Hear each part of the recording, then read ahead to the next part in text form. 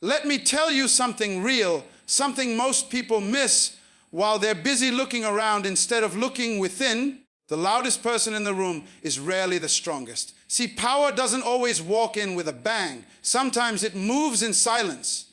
Sometimes it builds behind closed doors, away from applause, away from recognition, and away from the need to prove anything to anyone. That's the kind of power that lasts. That's the kind of growth that doesn't fade when the lights go out. When you're on the path to building yourself, you don't need the spotlight. You need discipline, you need consistency, you need solitude. Because it's in the quiet moments, the ones where nobody's watching, that the real transformation happens. That's when you're grinding. That's when you're refining your character, your mindset, your spirit. You're not building to impress the world. You're building so the world no longer shakes you. There's this lie floating around that says, if people don't see it, it doesn't matter. If it's not posted, it didn't happen. If it's not validated, it's not valuable. The truth is that some of the most powerful work you'll ever do will happen in the dark, in silence, when you're tired, when no one's clapping, when doubt is louder than your faith. But you keep showing up anyway. You've got to fall in love with the work nobody sees. That early morning alarm before the sun greets the sky, that's not punishment. That's preparation. That's your edge. That's the moment you're proving to yourself that you're serious. Because let's be honest, talk is cheap. Anyone can say they want to level up, they want to lead, they want to succeed. But are you willing to get uncomfortable in silence with no recognition, no credit, just you and the grind? You don't need to announce every move. Some things grow better when they're protected from noise. Ever seen a seed scream for attention before it breaks through the soil? No, it roots itself deep in stillness, in darkness, pushing, stretching, growing. And when the time is right, it blooms. That's you. That's how you build yourself. Quietly, steadily, fully. Sometimes people will question your silence. They'll think you're falling off, giving up, or fading away. Let them think that. Let them assume. That's not your burden to carry. Your focus isn't on proving them wrong. It's on becoming so right with yourself that their opinions lose their grip on you entirely. That's real power, when you stop performing and start transforming. I want you to understand this. Not everything needs to be shared. Not every step needs to be documented. Growth is sacred. It's personal.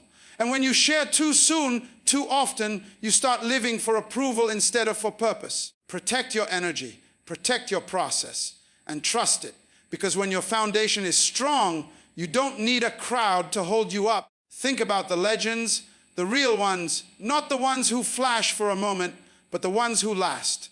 Their stories didn't start in the headlines. Their greatness was carved out in places nobody saw, where discipline outweighed desire, where routine defeated distraction. They weren't chasing applause, they were chasing alignment. And that made all the difference. There's something deeply spiritual about building in silence. It's an act of faith. You're planting seeds you might not see bloom for months, even years. But you trust that they will. You trust that showing up will matter. And every time you choose focus over flash, every time you pick growth over gossip, every time you choose stillness over spectacle, you win. Quietly, powerfully. So stop waiting for someone to notice you. Stop begging for validation. Your worth doesn't rise and fall on someone else's recognition. Build anyway, train anyway, study anyway, heal anyway. And when the time comes, when the doors open, when the light hits, your preparation will speak for itself, loud and clear. Don't be discouraged if your progress isn't loud. Be proud of it. Be proud of the nights you didn't quit, the mornings you got up tired, the sacrifices no one saw. Be proud of that silence. It's not empty, it's full of lessons, full of growth, full of you stepping into who you were always meant to be. Now, I want you to take a moment and ask yourself, what are you building when no one's watching? What choices are you making when the crowd isn't there? Because those are the choices that shape you. That's the work that lasts. And that's the work that speaks loudest, even when you say nothing at all. Let me tell you something, people. Don't talk about enough. Peace is expensive. It costs you things you once thought you couldn't live without. People, places, patterns. But when you start valuing your peace, when you really get serious about protecting it, you start moving different. You stop showing up to every argument you're invited to. You stop explaining yourself to folks who are committed to misunderstanding you. You stop proving and you start preserving. See, building yourself quietly isn't just about staying disciplined in silence. It's about learning to filter the noise. Not every voice deserves access. Not every opinion deserves a seat at your table. There comes a point where you've got to choose your peace over your pride, over your need to be right, over your need to be seen. That's growth. That's maturity. That's power. You can't grow in chaos. You can survive in it, sure. You can push through it, get tough in it, maybe even learn a few things. But growth, that real, deep internal shift, that only happens when you make room for peace. You've got to start treating your peace like it's sacred, because it is. And if you don't protect it, this world will drain it. People will drain it. And the worst part, they won't even notice they're doing it. They're just taking what you keep giving. There's something powerful about not reacting.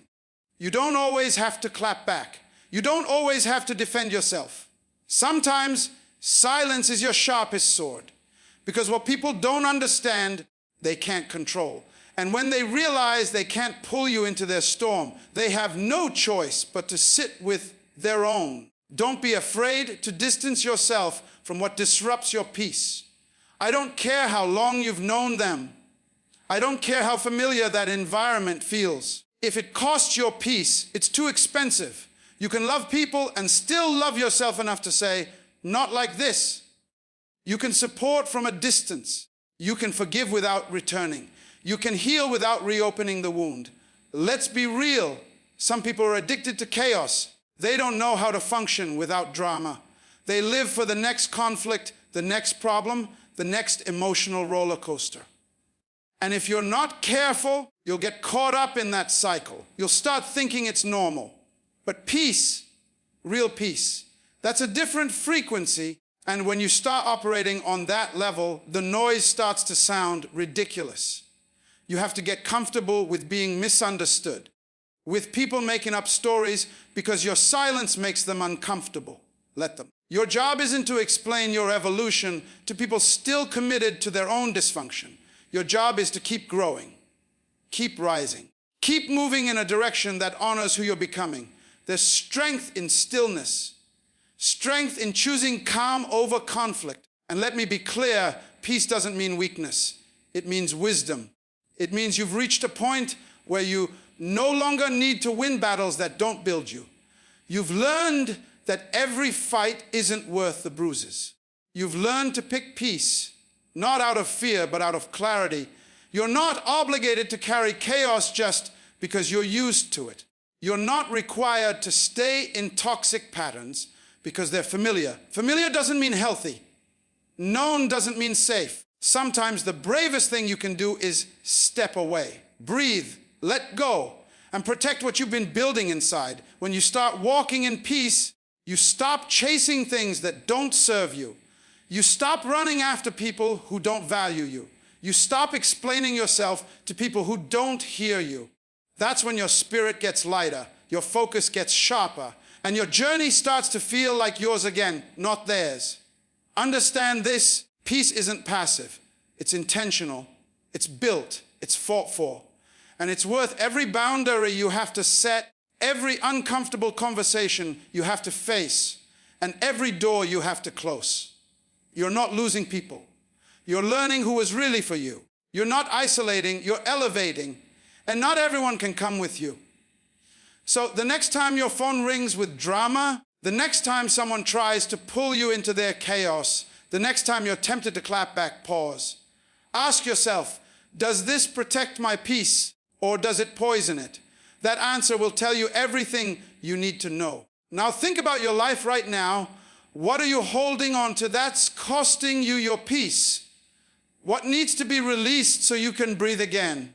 What would your life look like if peace was your priority? Sit with that. People are so quick to chase success, to run after what looks shiny what sounds impressive.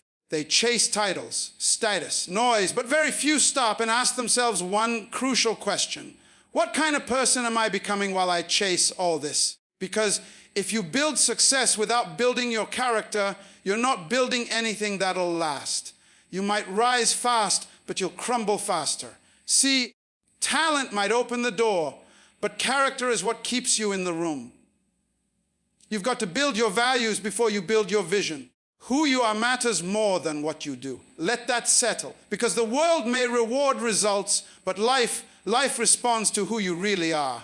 Your principles, your integrity, your discipline, your heart. That's the real work. That's the foundation you need when the applause dies down, when the momentum fades, when you're left alone with your decisions. The problem is, too many people want the platform, but don't want the process. They want recognition, but they skip responsibility. They want influence, but they ignore integrity. But there's no shortcut to becoming solid. There's no backdoor into being a person of depth. That comes from showing up every day when no one's watching and doing what's right, not what's easy. Choosing humility when ego is screaming. Choosing truth when lying would be more convenient.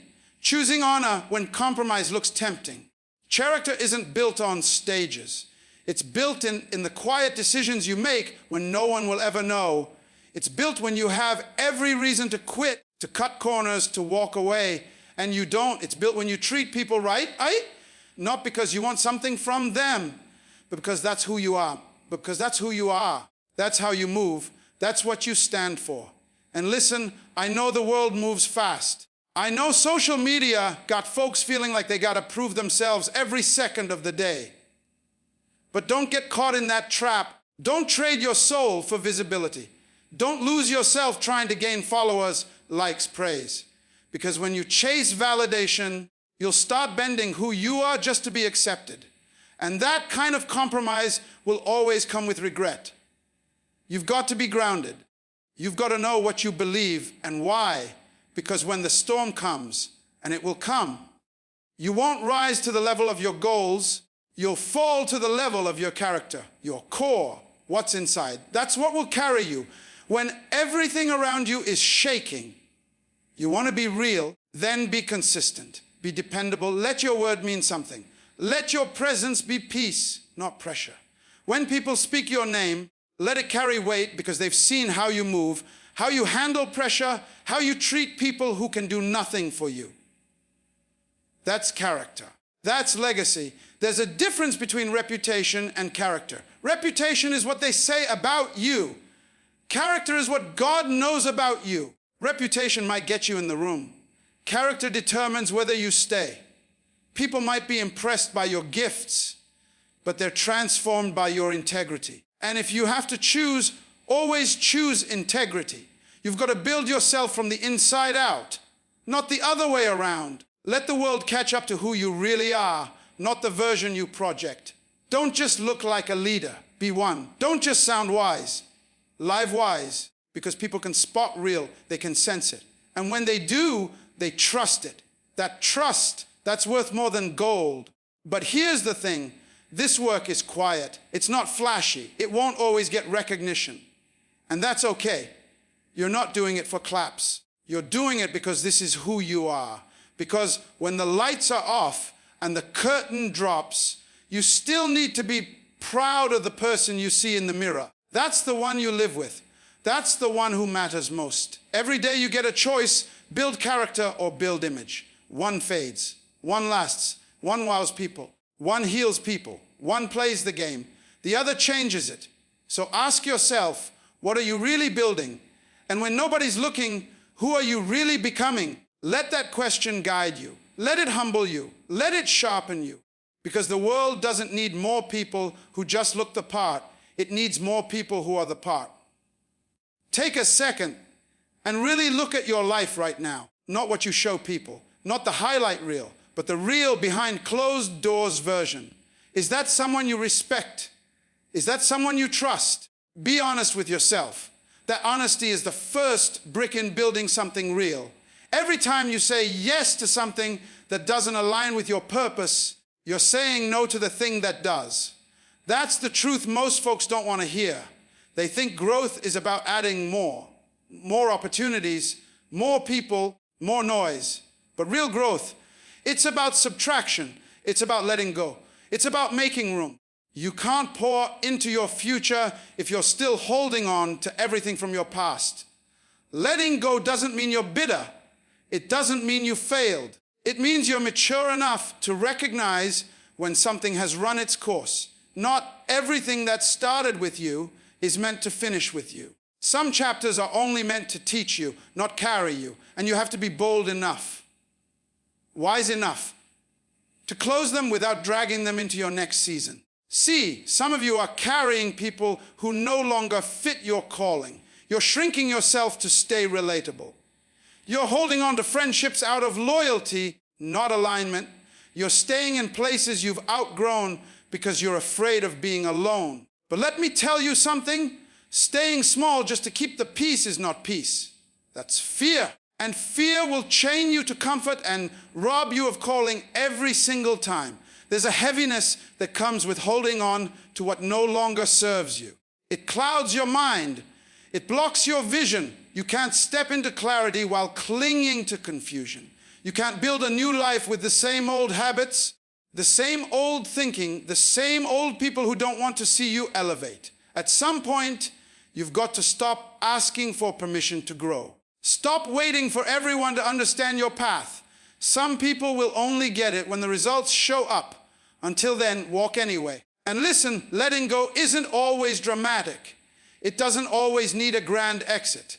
Sometimes it's just a quiet decision between you and God. A decision to choose peace, to choose healing, to choose you. And the truth is, some of what you're holding on to is not just slowing you down. It's killing your potential. You know it, you feel it, but you keep justifying it because it's familiar. Comfort can be a dangerous prison. It tricks you into thinking stillness is safety. But nothing grows in a cage, not even you. You weren't built to stay where you started. You were built to evolve, to stretch, to rise. And that means there will be some shedding, some goodbyes, some shifts that feel like loss, but are really just making space for something greater. Stop revisiting doors that have already closed. Stop begging people to see your worth when you've already outgrown their vision. Stop dimming your light because it makes someone else uncomfortable. You don't need to apologize for growing, for healing, for choosing better. You owe that to yourself. You've come too far, learned too much, been through too much to stay the same. And don't confuse loyalty with self-sacrifice. You can be loyal and still choose distance. You can honor your past and still walk into your future without it. You can love someone and still know they're not meant to go where you're going. That's not betrayal. That's clarity. And clarity, though painful, is a gift. It frees you. It helps you see what's real and what's just familiar. Some storms are sent not to break you, but to clear the path, to strip away the unnecessary, to reveal what's solid. And when that storm comes, and trust me, it will, don't resist the shaking. Don't fight the pruning. Don't run from the discomfort. Because on the other side of that is you, stronger, lighter, clearer, better. So here's the challenge. What are you still holding on to that's holding you back? What conversations are you avoiding? What decisions are you delaying? What chapters are you rereading, hoping the ending will change? You've got to be honest with yourself. Growth begins where the truth lies. And if you want to rise, you've got to release. Let it go, not with resentment, not with anger, but with peace, with gratitude, with faith. Because when you finally put down what you were never meant to carry, you create space for what's been waiting for you all along. Take a moment. Be still. Ask yourself, what do I need to let go of to become who I was born to be? Let the answer lead you. Let it free you. Everybody wants the outcome, but not everybody's built for the routine. They want the reward, but they resist the repetition. But let me tell you something, and I hope it sticks with you long after I stop speaking. Success is hidden in the boring stuff, in the stuff you do every single day when nobody's hyping you up, when no one's clapping, when it feels like nothing is happening. That's where champions are made, not in the spotlight, but in the shadows of consistency.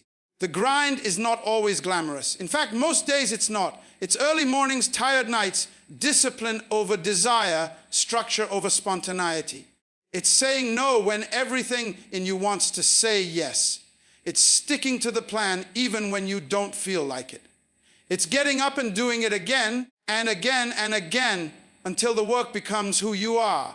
You want to build something that lasts, then you better fall in love with consistency. Because anyone can do it once. Anyone can have a great day.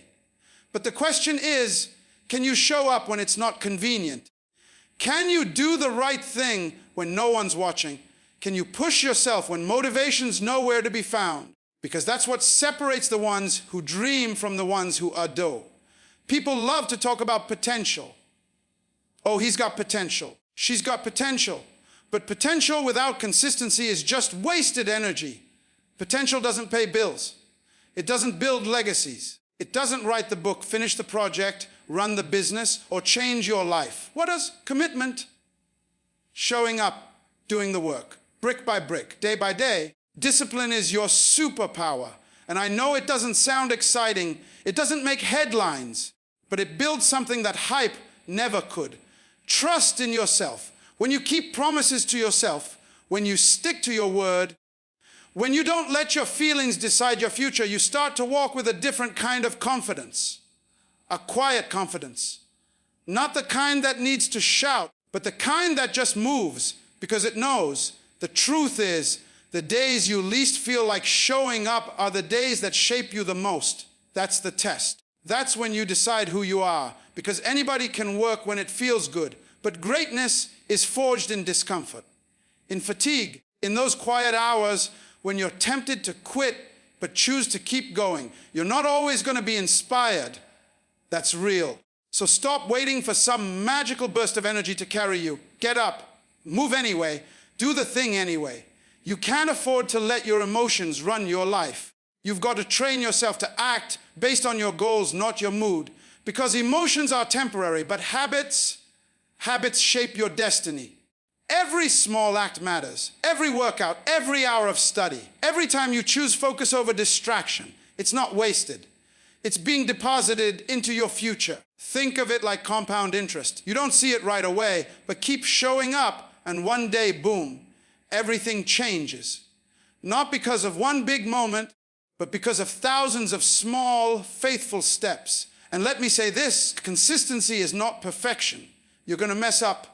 You'll fall off track. You'll miss some days. That's part of the journey. What matters is that you don't stay there. You get back up. You recalibrate. You remember who you are and what you're building. You don't let a bad moment turn into a bad mindset. You're laying the foundation for something greater than just results. You're building character. You're building resilience. You're teaching yourself that you can be trusted with responsibility, with purpose, with vision. And that's bigger than any one achievement. That's a mindset. That's a lifestyle. So the question isn't just, what do you want? The real question is, what are you willing to do daily to become the person who has it, not just once, not just when you feel good, but when you're tired, when you're discouraged, when nobody's cheering, that's when the real you steps forward. Now take a second and think, what could change in your life if you stopped waiting and started working? Not once in a while, every day. Just imagine what your future would look like if you simply refused to quit. Let that vision pull you. Let it drive you. Let it wake you up tomorrow ready to move. Most people are chasing success like it's a destination, some far off point where life finally feels perfect, where all the struggle disappears and everything just makes sense. But here's the truth, there is no final destination. The real win, it's who you are become on the journey. And if you're not reflecting along the way, if you're not checking in with yourself, adjusting, learning, evolving, then you're just moving fast in the wrong direction. You've got to stop and look in the mirror sometimes. Ask yourself, am I still aligned with the person I'm trying to become? Because if you're not careful, you'll get so caught up in the doing that you forget about the being. You'll end up achieving things that don't even feed your soul, winning battles that don't even belong to you, climbing ladders leaning against the wrong wall. Self-reflection isn't weakness, it's wisdom. It's how you stay grounded when life tries to pull you in every direction. It's how you quiet the noise and hear your own voice again. Because the world will try to tell you who to be. It'll try to define your worth, your pace, your value. But reflection, that's how you take back control. That's how you make sure you're the one writing your story. Not fear, not pressure, not someone else's expectations. Some of the most powerful growth doesn't come from doing more. It comes from understanding why you're doing what you're doing in the first place. From asking the hard questions, from sitting in uncomfortable truths, from facing the parts of yourself that still need healing, that still need discipline, that still need love. That's the deep work. That's the work that doesn't post well on social media, but it's what changes you from the inside out. And listen, reflection doesn't mean living in the past. It means learning from it. It means you stop repeating patterns that keep you stuck. You stop blaming and start owning. You stop making excuses and start making adjustments. That's how growth happens. Not by hoping things change, but by choosing to change. The most dangerous thing you can do is move through life without checking your internal compass. Because success without self-awareness is a trap. It'll have you winning in public, but lost in private. Surrounded but empty. Loud but confused. And that's no way to live. That's a slow drift away from your purpose. Reflection keeps you honest. It humbles you. It reminds you that you're still learning, still growing, still becoming. It helps you recognize what needs to go, what needs to stay, and what needs to be refined. And most importantly, it reconnects you with your ROI. Because when you lose sight of that, you lose your power. Some of the strongest people you'll ever meet didn't get there by avoiding reflection. They got there by leaning into it, by facing themselves fully, by not being afraid to say, Zeto, I was wrong, or I need to do better, or that version of me doesn't fit anymore.